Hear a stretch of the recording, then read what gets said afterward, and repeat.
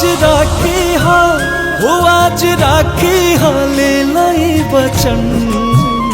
कौन दुनिया में रोवे ना बहन, कौन दुनिया में रोवे ना बहन।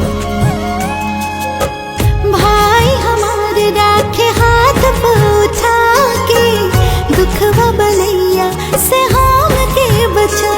रंग खुशियन के भार छने छन, कौन दुनिया में रोवे ना बहन, कौन दुनिया में रोवे ना बहन।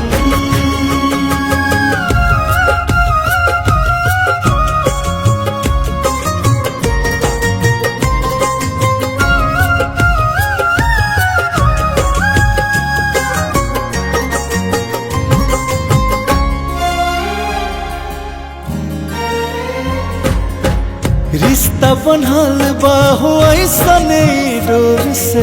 एक औरी मम्मी देखे पापा रोज छोर से।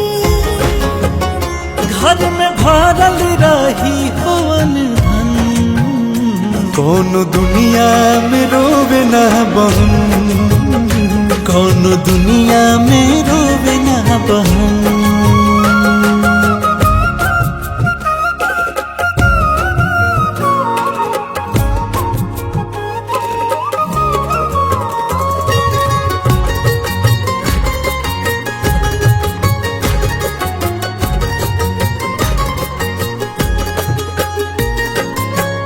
देखे न अब केहू गलत नजर से।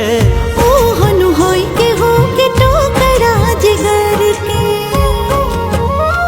हाल ऐसन बने हो जन जन, कौन दुनिया में रोवे ना बहन।